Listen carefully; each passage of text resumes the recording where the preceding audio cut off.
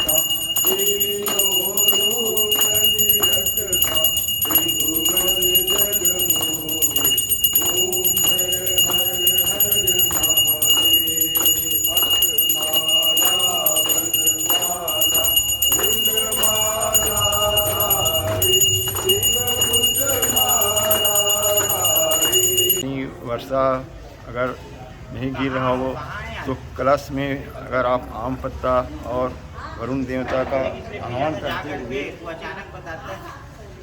करते हुए उनका कलश में 108 बार नाम लेने से ओम हम पत्ते वरुणाय नमः करके बोलने से वरुण देवता प्रसन्न हो जाते हैं और वर्षा होने लगती है। और हवन में आज 108 बार वरुण देव का नाम से यज्ञ किया गया। इससे पूरे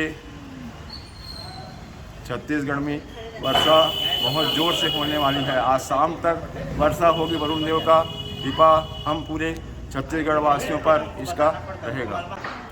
हमारे क्षेत्र के कृषक पहले ही अनेक प्रकार की समस्याओं से जूझ रहे हैं और ऐसे में प्राकृतिक रूप से वर्षा का न होना बुआई को पीछे कर दिया है और साथ ही जो बीज डाला गया है उन खेतों में दरार आ चुके हैं, जिससे फसल नष्ट होने की संभावना है। ऐसी सभी बातों को लेकर हमारे युवा मोर्चा के सारे सदस्य आज आध्यात्मिक ताकत भगवान वरुण देव से प्रार्थना किए हैं। मैं भाई विजय मोटवानी जी, भाई जय हिंदुजा जी को धन्यवाद देता हूं कि समाज को जो पोषित करता है उसकी चिंता की है।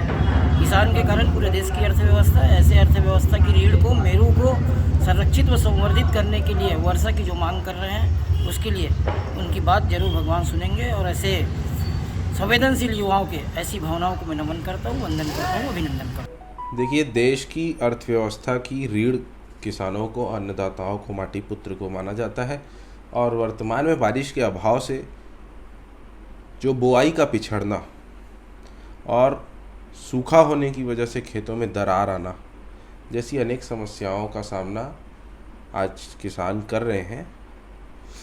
और कई जगह ट्यूबवेल पंप का ना होना और जहाँ पर होना वहाँ पर बिजली की आंख मिचौली, बिना मतलब की बिजली कटौती जैसा कृत्रिम संकट का सामना किसान कर रहे हैं। तो आज स्थानीय नागेश्वर महादेव मंदिर में युवा मोर्चा के साथी कार्यकर्ताओं और वरिष्ठ जनप्रतिनिधियों के साथ हमने भगवान वरुण देव की पूजा अर्चना कर यज्ञ किया और अविलंब बरसात हो ऐसी ईश्वर से प्रार्थना की, हरियाली की चादर बिछाने की ईश्वर से प्रार्थना की, जिससे किसान समृद्ध हो, खुशहाल हो और देश की अर्थव्यवस्था जो है वापस सुगम रूप से चले। इससे किसान कितने खुश होंगे? देखिए, ये तो देश के प्रत्येक नागरिक की जवाबदारी है कि किसानों की खुशहाली की चिंता करना। हमने अपना जवाबदारी आज निभाया है। निश्चित रूप से किसानों को जब ये बात पता चलेगी कि देश का सामान्य नागरिक भी उनकी चिंता करता है, तो वो